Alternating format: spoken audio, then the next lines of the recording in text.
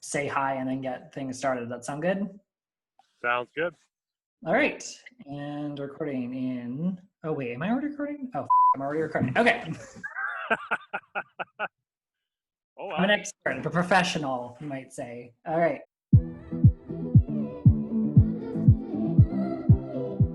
So hi, Aaron. How are you?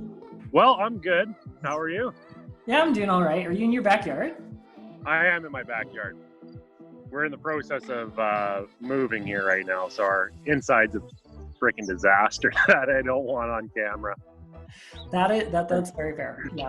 Yeah. I'll jump into the questions. Tell us a bit about yourself and how you got started as an artist. Well, my name's Aaron Vanbeselaere.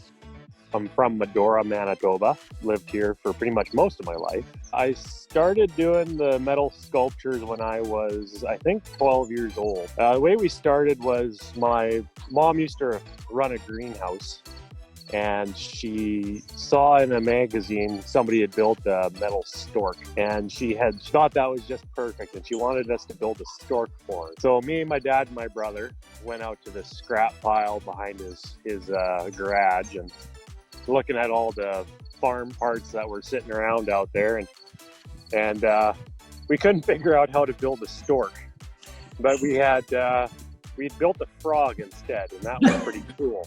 Close enough. Yeah, close enough. I can go and find one here, actually. That'd be awesome. So we had built the frog, and we thought those were pretty cute.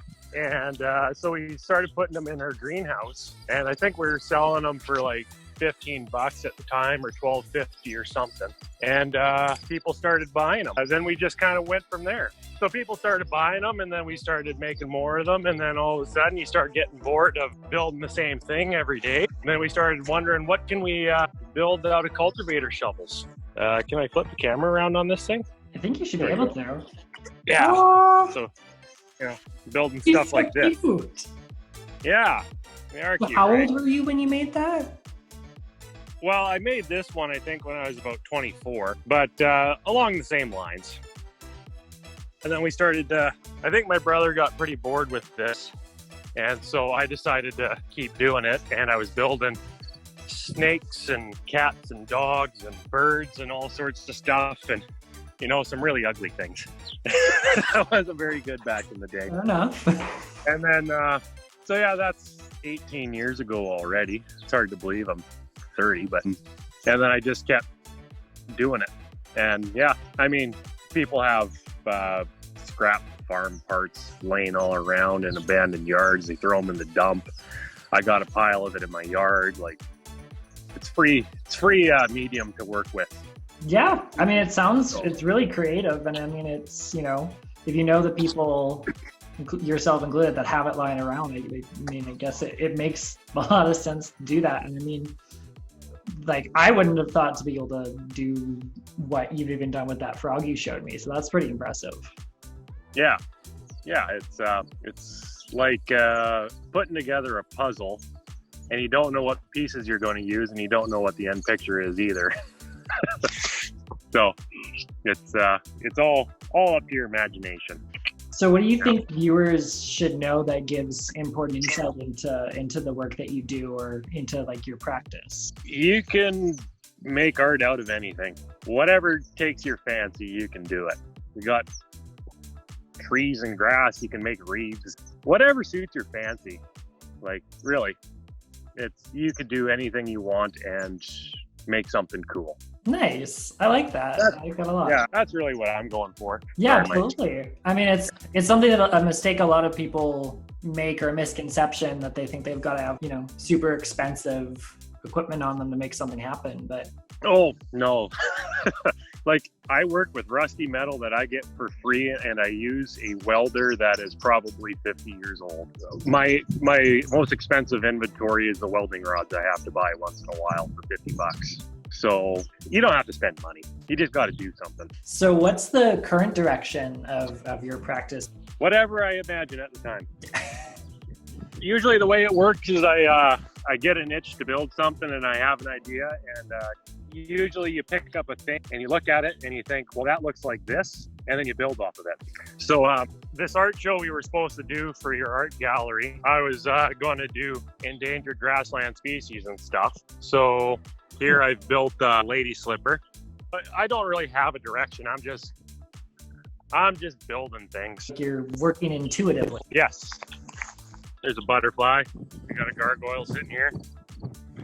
Yeah, there's no real direction. It's just building whatever I feel like. Okay, which is fun too. It's kind of freeing. There's my robot. There's no predetermined direction that I'm working on. Whatever I feel like building at the time, that's just what I do. I mean, that's a direction in and of itself, just putting things together and then kind of, working off what the materials seem to want to be doing. So what are some of your interests and like influences? I don't know if I really have any influences. I guess I look on Pinterest once in a while. That'll do it. That does it. Sometimes I'll look and see something cool and maybe I'll try to build it and then it turns into something completely different. Yeah, I don't really have any. I think people, they think you gotta have a direction. I don't know. I'm pretty willy-nilly on this. It's like I said, I do this for fun. I'm just doing this for something to do, I guess I could sit inside and watch TV or play on the Facebook or whatever all day, but that's not very fulfilling. So I was just going to ask you where your kind of background with like the metal work came from that you used like when you were working on like the stork or the frog. I didn't have any background at that point. I was 12, so my background was basically kind of using my imagination at the time, and Dad gave me about a 2-minute welding lesson to show me how that worked.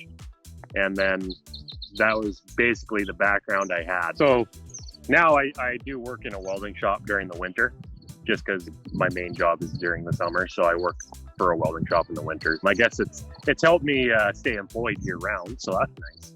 Yeah. And I imagine it, keeps you with the tools and keeps you familiar with all that stuff, eh? Yeah, it does. So what do you hope visitors are going to take away from like when they look at your work? Art isn't an exclusive thing. Anyone can do something. So I kind of associate it with crafting. Like you could just do something. Just do something. Do something cool. Try something different. Push yourself in a direction that maybe you didn't think you were going to do. If under the quarantine and stuff like that, if you're stuck in your apartment, start knitting. I don't know. Do something. Like the other thing is that you don't have to be successful at what you're doing. You just have to enjoy it. And I think that's something that we've lost over the years, is that people don't have like crafting hobbies anymore. People used to build train sets. They used to whittle. They used to knit. They used to sew just for the sake of doing it. That's kind of what I like for people to take away from this, is that you just got to do something because you like it. Yeah, of course. And I think everyone should have a hobby. So I have one last question for you. How has the pandemic affected you, and both in general as well as in regards to your art making? How it's affected me in general is it hasn't. During the winter, I work alone. During the summer, I work alone. I work alone all year. I'm always other than when I come home, I'm by myself. So like it hasn't affected me at all in general.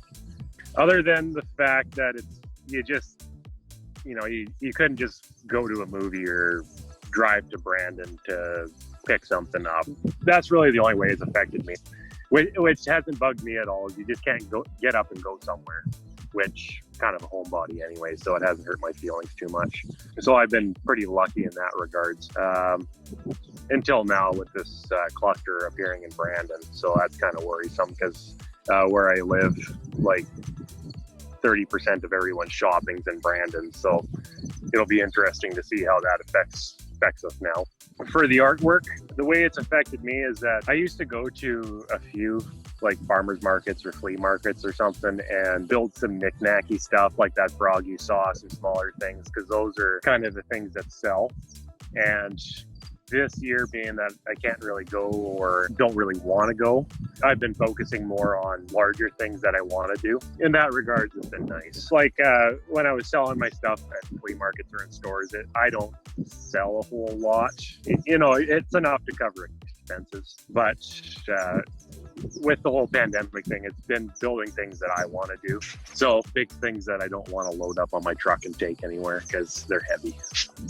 As you can imagine, scrap metal's really heavy. But yeah, that's really the only way it's affected my artwork, is that I'm doing bigger things that I want to build instead of doing the knick-knack stuff that people want. Right. Well, this is the perfect time for that they would buy. Like those smaller things like those frogs and stuff, I can build those in 30 minutes. Like it's not a big deal. Like if the world ever opens up again and I need to start building smaller things, I can just whip out 20 of them in a day. So it's not a huge deal. So it's given me a lot more free time to build large things like that robot I showed you. And I got a giant eagle sitting up on my dugout hill. It was poor placement. It keeps blowing over. So yeah, it's just given me a lot more free time to do cool things. Nice. I guess if anything, from this experience, that is a silver lining that, a lot of artists are getting a chance to do some stuff more for themselves than just other people. Yeah, to explore your options, I guess. Yeah. Well, thank you so much for meeting with me. I'm super excited to getting to see your show in our gallery space in person in 2021. Do you have any websites or anything that people can check your work out on? I do have a Facebook page. It's Lee Van Scrap Metal Sculptures. That's where I post everything on Facebook. Anything I do, that's the best place to find it. I guess I should make a note is that when you're taking pictures of rusty metal sculptures, they don't picture very well. They look a lot cooler in person. I like in the photos too, so I can only imagine what I'll see when they get in here. Mm-hmm. Hopefully we can do that next year. I'm knocking on wood. It's going to happen.